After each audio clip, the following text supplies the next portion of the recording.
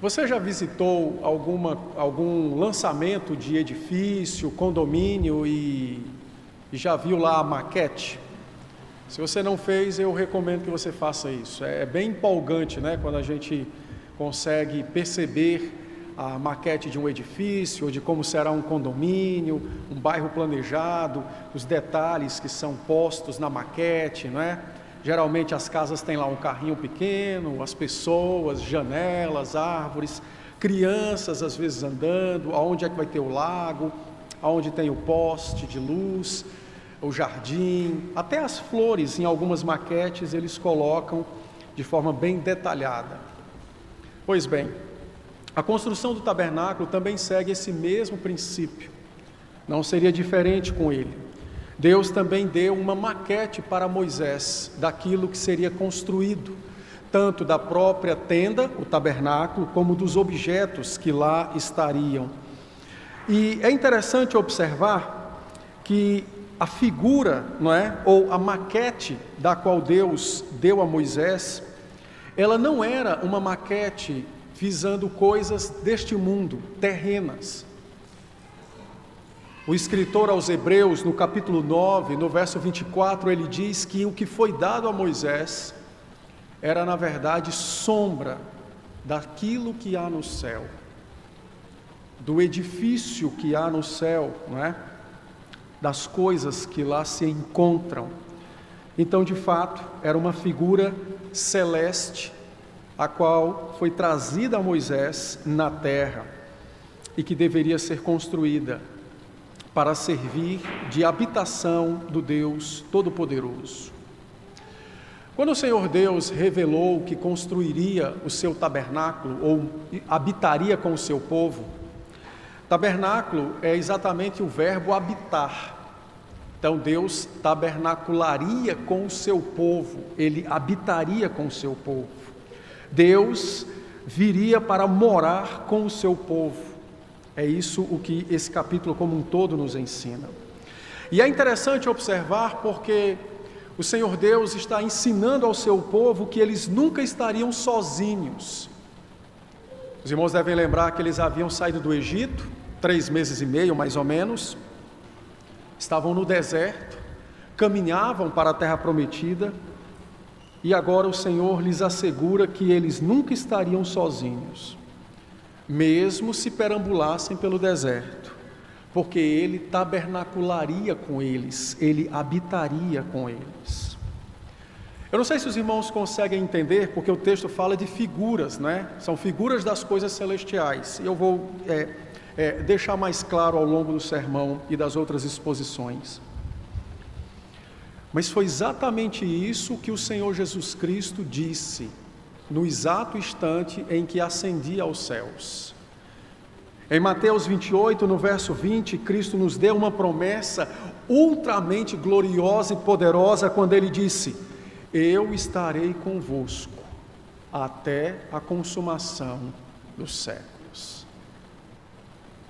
A mesma promessa que o Pai fez ao seu povo no Antigo Testamento e cumpriu, habitando no meio deles, por meio de objetos, agora é repetida no Novo Testamento. Em outras palavras, o que Jesus nos disse particularmente foi: você não estará sozinho na sua jornada desta terra aos céus, porque eu estarei com você. Cristo então nos assegurou da sua gloriosa presença. E aqui, irmãos, um parêntese, não é? Isso é muito interessante como a Escritura ela trabalha, não é? Porque quando Cristo nos assegurou que estaria conosco, uma pergunta deve ser feita: como Cristo estará conosco, sendo que Ele é Deus e homem ao mesmo tempo? E como homem, Ele não tem onipresença, porque esse é um atributo divino. Ele reside à destra de seu Pai, entronizado entre os querubins, conforme o capítulo 5 de Apocalipse nos descreve. Como Ele estará conosco? E a resposta para essa pergunta, Ele mesmo deu em João 14, quando Ele disse: eu preciso ir, para que o Espírito venha. Ele se faz presente particularmente, pessoalmente, a cada um das suas ovelhas, a cada uma delas, na pessoa de seu Espírito. O Espírito, Deus de Deus, onipresente como o Pai e o Filho, mora em cada um dos crentes. Não como no Antigo Testamento, que Deus habitou usando objetos ilustrativos. Agora, em pessoa, pessoalmente, o Espírito de Deus habita no coração dos crentes. E essa verdade é tão poderosa que quando o apóstolo Paulo estava tratando da imoralidade sexual em Coríntios, no capítulo 6, ele disse: vocês ainda não entenderam que vocês são o tabernáculo de Deus? A promessa é cumprida diariamente e Cristo habita conosco. Não estamos sozinhos em nossa jornada desta terra aos céus. Voltando para o Antigo Testamento, então, para Êxodo 25, Deus, ao fazer essa promessa, Ele procurou os meios, conforme sua sabedoria, que melhor provassem ou demonstrassem de que Ele estava com o seu povo. E o melhor meio foi armar a sua tenda no meio do povo, no meio do arraial.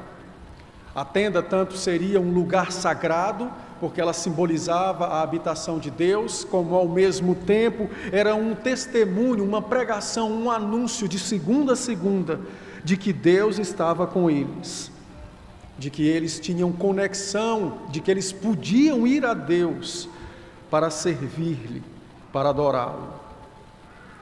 E é interessante, diz a Escritura, mais adiante nós veremos, que todas as vezes que o povo deveria partir, o primeiro que se arrumava para partir era exatamente o tabernáculo. Era desmontado e todo organizado.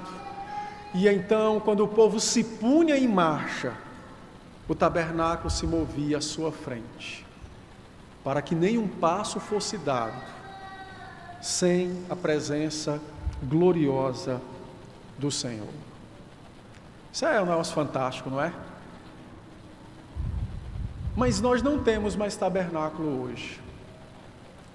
Como é que funciona conosco? O apóstolo João respondeu essa pergunta para nós. Quando ele, escrevendo o seu evangelho no capítulo 1, no verso 14, João diz: nós vimos o verbo de Deus. Nós vimos o verbo de Deus. E o verbo habitava entre nós. Nós vimos o verbo de Deus, o verbo estava entre nós, o verbo habitou entre nós. É como se João estivesse pegando cada um de nós e levando nossos olhos para esse texto e dizendo: aqui eram sombras. Agora volte os seus olhos para o Novo Testamento e para Cristo. Aqui é a realidade. Cristo é a realidade. Se no Antigo Testamento Deus provou o cumprimento da sua palavra e de que estava com o seu povo numa tenda, no Novo Testamento, na realidade, não é mais um objeto, mas agora é a sua própria pessoa. Sua própria pessoa.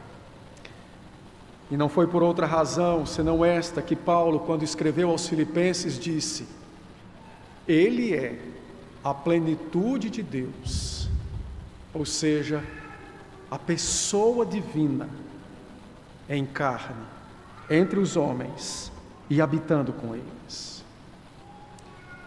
O Antigo Testamento eram sombras, o Novo Testamento é a realidade.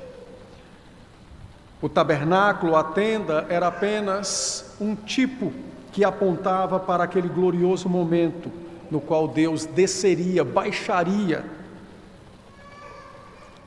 encarnaria e habitaria entre os homens.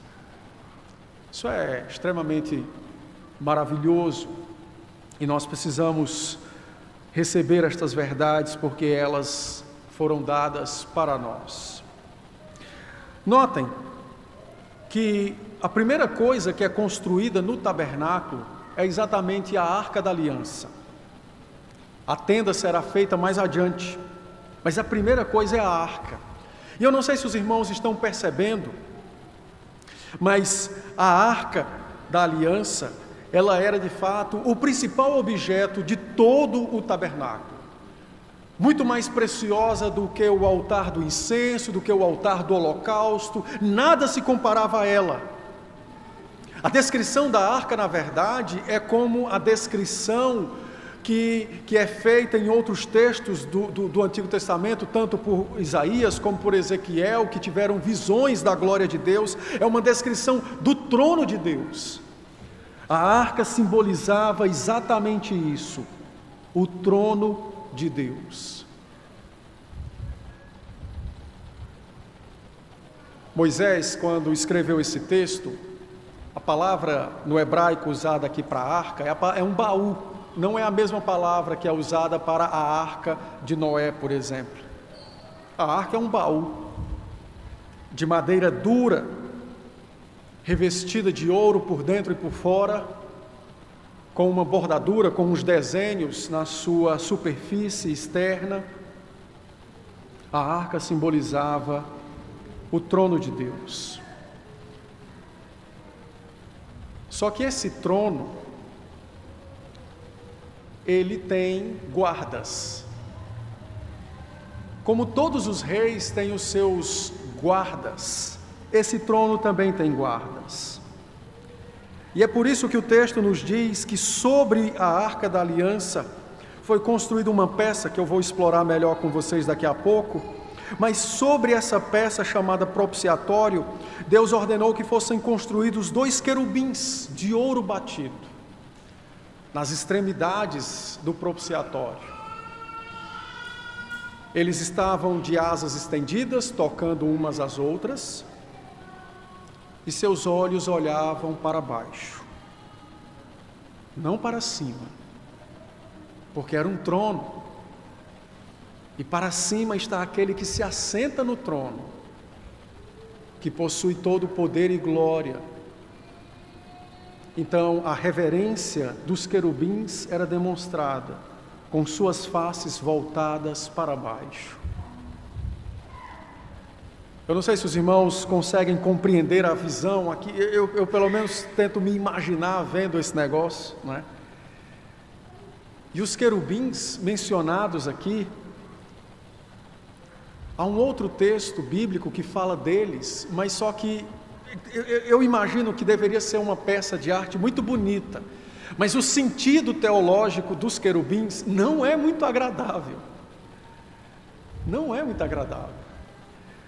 Porque os querubins, eles eram exatamente os seres que impediam o acesso dos homens a Deus.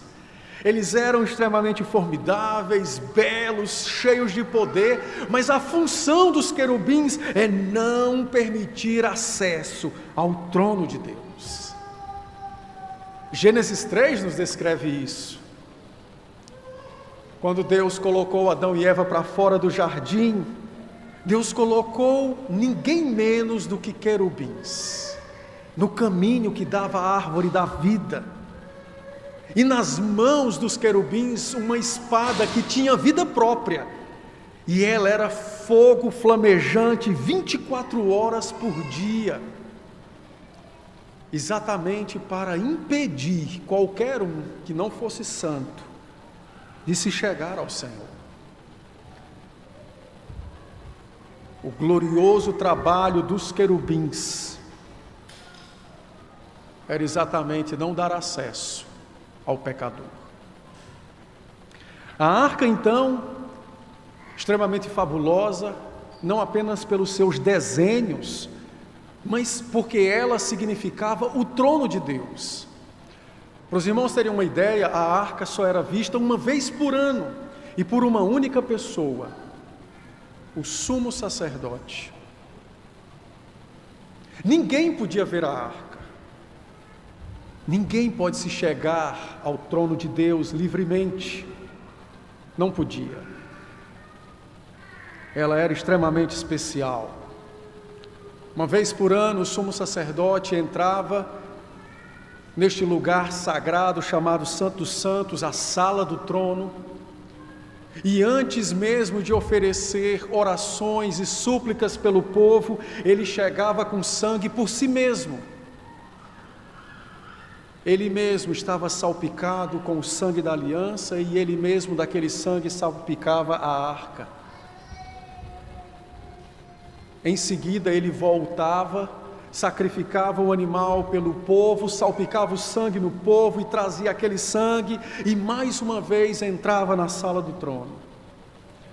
E então aspergia, salpicava novamente a arca com o sangue da aliança. Era um momento fabuloso, extremamente glorioso, era no dia da expiação, no dia de se afligir a alma, uma vez por ano.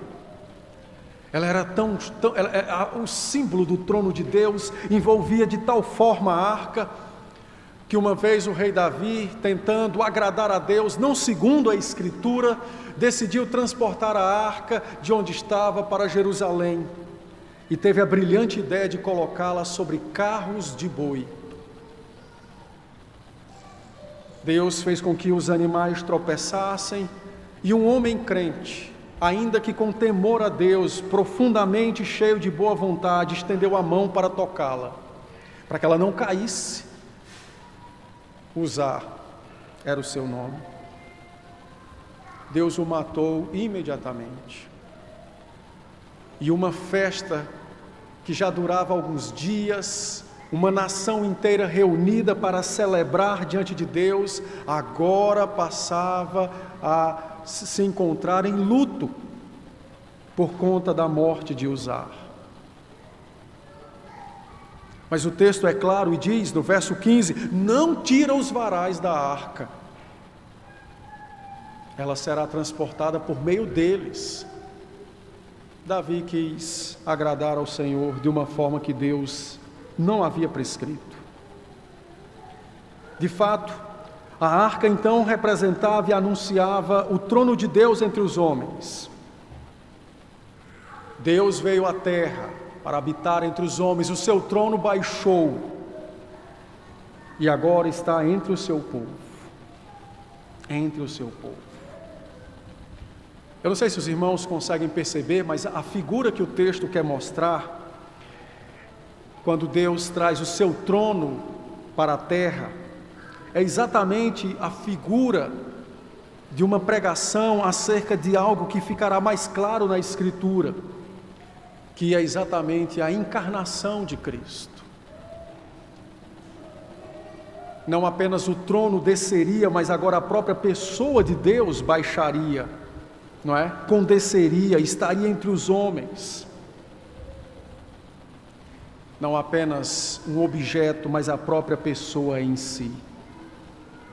O verdadeiro rei entre os homens, habitando com eles.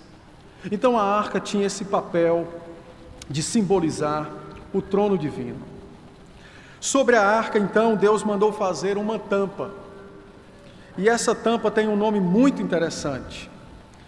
O nome dessa tampa chama-se propiciatório, mas a palavra propiciatório no original hebraico significa o lugar da misericórdia, ou o lugar onde se faz expiação, o lugar em que se encontra misericórdia. E esse é exatamente o título do nosso sermão, o lugar onde se encontra misericórdia.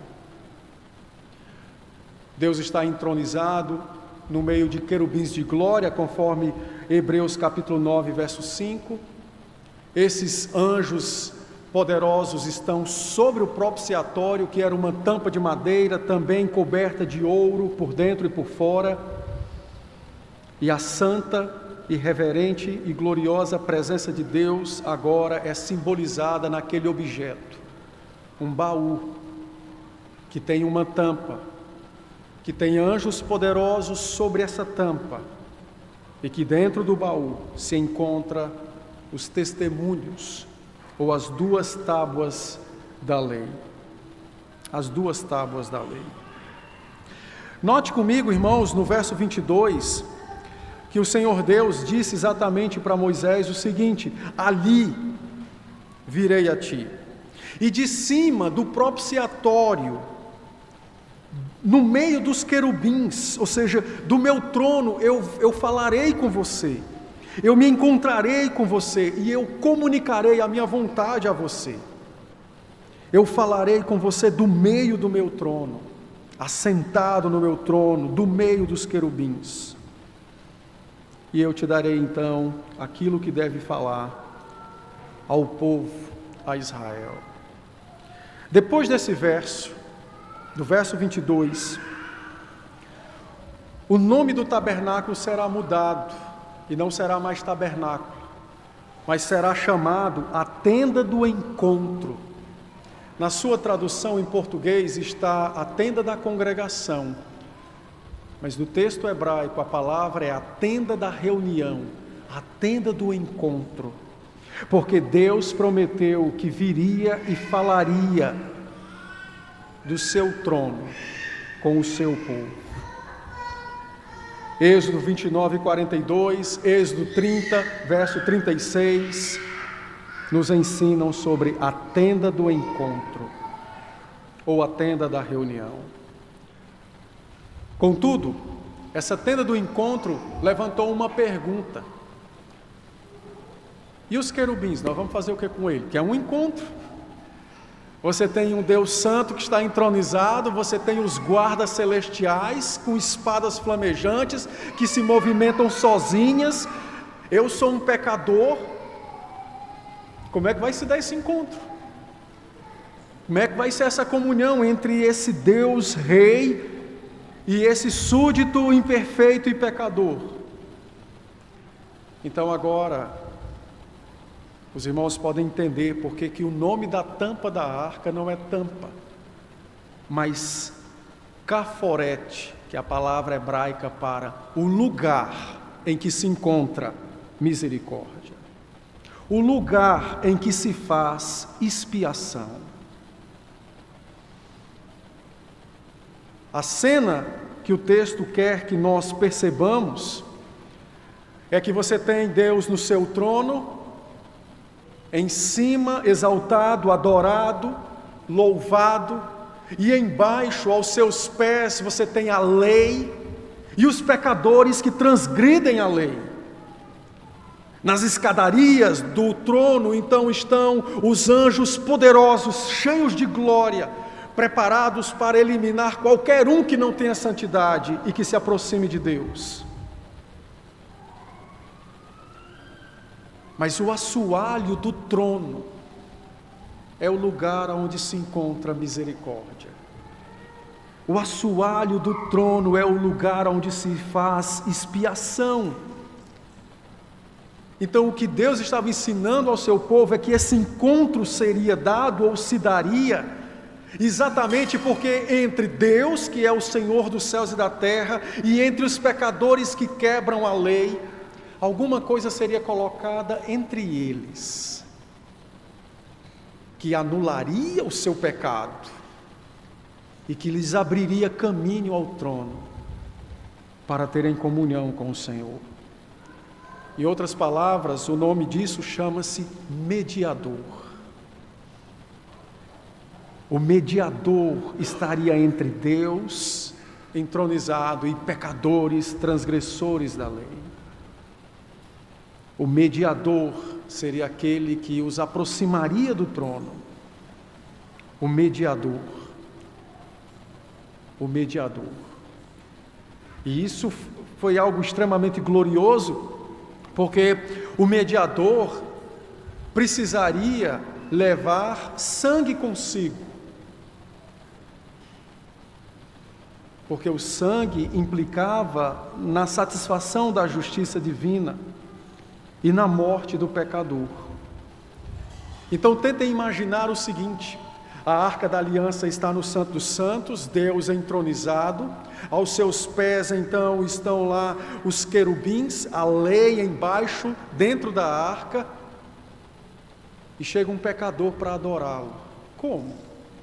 Por meio do sangue. Por isso que o sacerdote tinha que manchar o ouro do propiciatório com o sangue do Cordeiro que tira o pecado do mundo. Aquele ouro era manchado, ano após ano, com o sangue do sacrifício. E então aquela lei que estava sendo quebrada pelos homens era imediatamente restabelecida e a comunhão era feita, porque agora havia um mediador entre Deus e o seu povo, entre Deus e os homens. Eu não sei se os irmãos conseguem perceber, mas Deus está no trono, aos seus pés os querubins. Eles não olham para Deus, eles olham para baixo, eles olham para o lugar da misericórdia. O que é que os anjos veem no lugar da misericórdia? O sangue. Por isso que o caminho é aberto, por isso que o acesso é aberto, por isso que os pecadores agora podem se encontrar com Deus e podem se relacionar com Ele. Porque os querubins enxergavam apenas sangue, o sangue do mediador, o pagamento foi feito. Então agora o acesso é liberado a todo aquele que tem um mediador. Esse era o sangue da expiação. O Novo Testamento apresenta essa verdade em diversos textos. Hebreus 2:17, Romanos 3:25, Hebreus 9, versos 11 e 12, o apóstolo João fala sobre isso em 1 João 4:10. Todos esses textos dizem: Cristo é o nosso propiciatório, Ele é o mediador da aliança, é nele que nós encontramos a misericórdia, Ele é tanto o que se sacrifica como o sacerdote, e nele nós encontramos misericórdia. Ele é o propiciatório, Ele fez propiciação pelas suas ovelhas, por todo aquele que nele crê. Ele fez a nossa propiciação. Hoje nós podemos orar, temos fé de que quando morrermos estaremos diante de Deus, não com medo, nem com dúvidas, porque o nosso mediador já fez a nossa propiciação. Ele já pagou o preço por nós e nele nós encontramos misericórdia, nele encontramos salvação. Como podemos aplicar estas verdades às nossas vidas hoje? Em primeiro lugar, você precisa se lembrar que nenhum pecador vai aos céus ou a Deus sem o sangue do mediador. Eu tratei disso hoje de manhã, quando falamos sobre a graça. Ninguém vai sem o mediador. Portanto, você que é pai e que é mãe, você precisa crer nesta verdade, tanto para a sua própria salvação, como para se alegrar na salvação dos seus filhos. Não pense que o seu filho, por ser filho de um crente, vai automaticamente para o céu. Sem o mediador, não há acesso. Os querubins impedem o acesso. Eles estão lá para impedir o acesso. Somente Cristo pode de fato nos dar acesso. Então, se você é pai e mãe e é crente, então ore e vigie e pregue o evangelho ao seu filho na confiança de que o acesso é somente em Cristo, em nada mais e em nenhum outro lugar, somente em Cristo. Sem Ele não há de fato acesso ao trono de Deus. Em segundo lugar, a cena que nós temos aqui da Arca da Aliança e da promessa de Deus de falar com o seu povo do meio dos querubins, é de que no propiciatório, ou no lugar em que se encontra a misericórdia, Deus e pecadores se encontram. Porque a ira já foi desfeita e a justiça já foi reparada. O pecador já morreu em Cristo e agora vive em Cristo pelos séculos sem fim.